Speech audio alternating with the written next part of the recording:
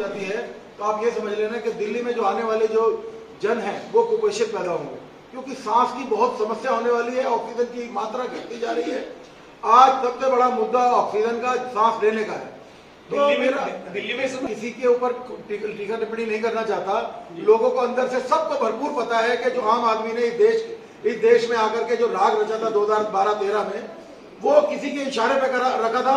आज उन्हीं के इशारे पे सरकार चल पड़ी है। वो केवल और केवल आरएसएस की सोच के लोग थे। आज सबका बिल्कुल सबके सामने स्पष्ट हो चुका है।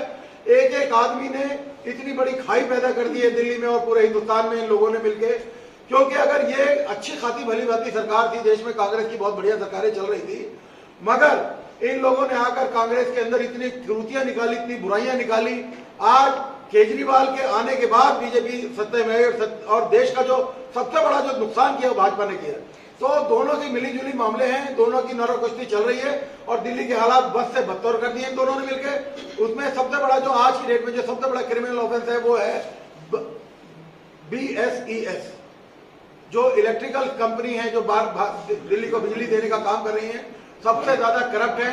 एमसीडी के नाम पर तो चलो पहले भ्रष्टाचार की बातें होती थी, मगर आज सबसे करप्ट डिपार्टमेंट जो कि केजरीवाल अपने हाथ से ऑपरेट कर रहे हैं, जिसमें अनिल अंबानी दिल्ली से इतने पैसे खींच के ले जा रहा है और इंटरनेशनल उसने लोन ले रखे हैं दुनिया भर के और उनको वो फिल कर रहा है। सरकार की प्रोत्साहन है, केंद्र में मोदी की उसे सपोर्ट है और दिल्ली में केजरीवाल की सपोर्ट है। सर मुझे दो की जानकारी है, अभी मुझे तीसरे की जानकारी नहीं है। मेरे अलावा एक और मुस्लिम कैंडिडेट जो चांदनी चौक से लड़ रहे हैं, अभी मैं उसमें कोई तरह का कोई स्पष्टीकरण नहीं है। तो अभी हम दो मुस्लिम कैंडिडेट जो उतारे हैं, मैं पार्टी बहन जी मायावती का बहुत बहुत शुक्रिया अदा करता हूँ कि साउथ दिल्ली की जो सीट है वो बहुत इंपॉर्टेंट सीट है, क्योंकि यहाँ से पूर्व सांसद श्री रमेश बिजली ने जो लोकसभा के अंदर टीका टिप्पणी करी थी, उसके ऊपर हमारी बहन मायावती ने साइलेंट एक वार किया। उसके ऊपर एक मुस्लिम कैंडिडेट उतार के उस गाली गलौज का बहुत बढ़िया जवाब दिया। मैं इनका तहे दिल से धन्यवाद करता हूँ। सर, जिस आपका साथ दे करके आपको संसद भेजने का काम करेगा। देखिए, मैं आपको बता दूं, हमारे यहाँ से जो सहीराम चौधरी जो आम आदमी से चुनाव लड़ रहे हैं, उन्होंने एक नेगेटिविटी फैला दी है उस एरिया के अंदर। मुस्लिम लोगों को भ्रमित किया जा रहा है, जबकि मुस्लिम अगर भ्रमित इस बार भी हो गया तो दिल्ली में जो संगम बिहार में आज बीमारियों का और उसका आंकड़ा है ना, क्योंकि तुगलकाबाद विधानसभा के अंदर इतना बुरे तरीके से दुनिया रह रही है वहां पर, अगर वो अपनी विधानसभा को ओके नहीं कर पाए। मुसलमानों से मेरी खास अपील है कि आम आदमी के झांसे में बिल्कुल नहीं आना आपने। देखिए, आम आदमी और कांग्रेस का एक मजबूरी का गठबंधन हुआ है, जिसमें आप देख रहे हैं कि अरविंदर सिंह लवली ने भी आज पार्टी छोड़ दी है और भी कई लोग कांग्रेस छोड़ रहे हैं। कांग्रेस बिल्कुल खिलाफ है आम आदमी के अंदर, हमें उसका भरपूर फायदा मिलने जा रहा है। दूसरी बात यह है कि मैं किसी भी प्रलोभन की और फ्री की बात नहीं कर रहा, मैं केवल बात कर रहा हूँ डेवलपमेंट की। अगर आप एमपी रोड पे इसी तरह कीड़े की तरह रगड़ के चलना चाहते हैं तो आप आम आदमी को वोट दीजिए। और आपको अगर इंफ्रास्ट्रक्चर अगर अच्छा चाहिए आपको दक्षिण दिल्ली का, तो फिर आपको अब्दुल बासित की ओर आना होगा, बहन मायावती जी के हाथों को मजबूत करना पड़ेगा। नहीं, दिल्ली में कोई फ्री की लत नहीं है।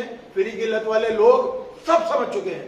देखिए, पहले वो 200 यूनिट का लालच दिया, फिर अब 2 के बाद शायद 300 का लालच दे रहे हैं, 1000 रुपये महीना। मगर जितना भी पैसा ये प्रलोभन देकर जो हम जैसे और जो मध्यम वर्गीय लोग हैं, जिनका 2000 रुपए का बिजली का बिल आता था, आज उनका 60-60, 50-50 हजार का बिजली का बिल आ रहा है। और तीसरे अगर 3 दिन आप पेमेंट ना करो तो कनेक्शन काट दिया जाता है।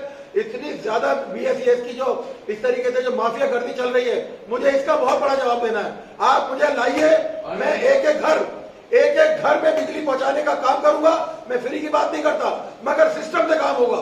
बिल्कुल सिस्टम से काम करूंगा, चाहे मुझे इसके लिए सरकार से केंद्र में कोई लड़ाई लड़नी पड़े।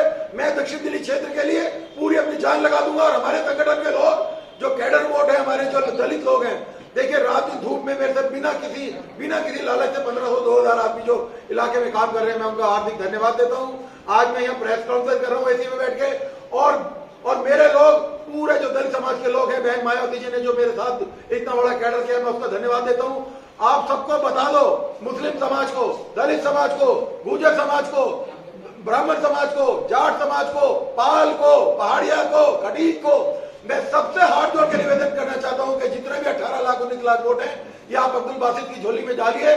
मैं आपको वादा करता हूं कि देश में आप दक्षिण दिल्ली को चमकाने का काम, मैं 5 साल का समय नहीं मांग रहा, मैं जीतने के अगले दिन से आपको एक्शन में आ जाऊंगा और आपको दिखा दूंगा कि मैं क्या कर सकता हूँ। तो आपको- पहले जो मेरा मुख्य मुद्दा है वो देश की हरियाली, जो दक्षिण दिल्ली के हरियाली क्षेत्र है वो पहला मुद्दा होगा। मैं सबसे पहले जितने भी हॉर्टिकल के हमारे जितने अधिकारी हैं इन सबके साथ, और जो कंजर्वेटर हैं जो जंगलात को देख रहे हैं, इन सबके ज्वाइंट मीटिंग बुला के सबसे पहले मैं वहां पर 1 करोड़ पेड़ लगाने का वादा करता हूं, जो पूरी दक्षिण दिल्ली में मैं लगा कर रहूंगा। आम पार्टी के बारे में था, आप ये बताइए कि आप 60 फुट के रोड है उस पे दोनों साइड पेड़ की अनुगमन होता है। 12 फुट की गली से लेकर 18 फुट की गली तक पेड़ आप लगा सकते हैं। पेड़ के लिए किसी प्रकार की जगह की जरूरत नहीं, आप हर घर के आगे पेड़ लगा सकते हैं। पेड़ से कभी भी इंफ्रास्ट्रक्चर को कोई नुकसान नहीं होता। आपकी सड़कें भली भांति चलती रहती है। कहीं मजबूरी में अगर 1000 घर में एक पेड़ काटना पड़ता है तो उसकी परमिशन कंजर्वेटर देता है। हुआ है कि वो 2 बार 3 बार दिल्ली में रैली भी करेगी और बहुत बड़ा संबोधन देगी। तो मैं समझता हूं कि हमारा कैडर वोट इस बार पहले के मुकाबले बहुत मजबूती में है। मैं जगह जगह जा रहा हूं, तो बदरपुर से लेकर पालम क्षेत्र में सारा कवर कर रहा हूं। काफी मजबूती के साथ हम लोग लगे। फिर भी मुसलमान और दलित आपको बी टीम का हिस्सा मान रहे हैं क्या? बीजेपी का बी टीम बनकर दिल्ली में प्रत्याशी वाले हैं वो जो लोग ऐसा मानने वाले हैं, मैं उनको सतर्क कर देना चाहता हूं। ये सिर्फ प्रलोभन दे रहा है। आपका जो सहीराम पहलवान है, बीजेपी चक्रों में नहीं पड़ रही। बीजेपी को अपने कैडर वोट लेकर एक तरफ है, मगर सहीराम पहलवान जो कि अपनी विधानसभा को कभी उसमें इतना बुरा हाल है। कल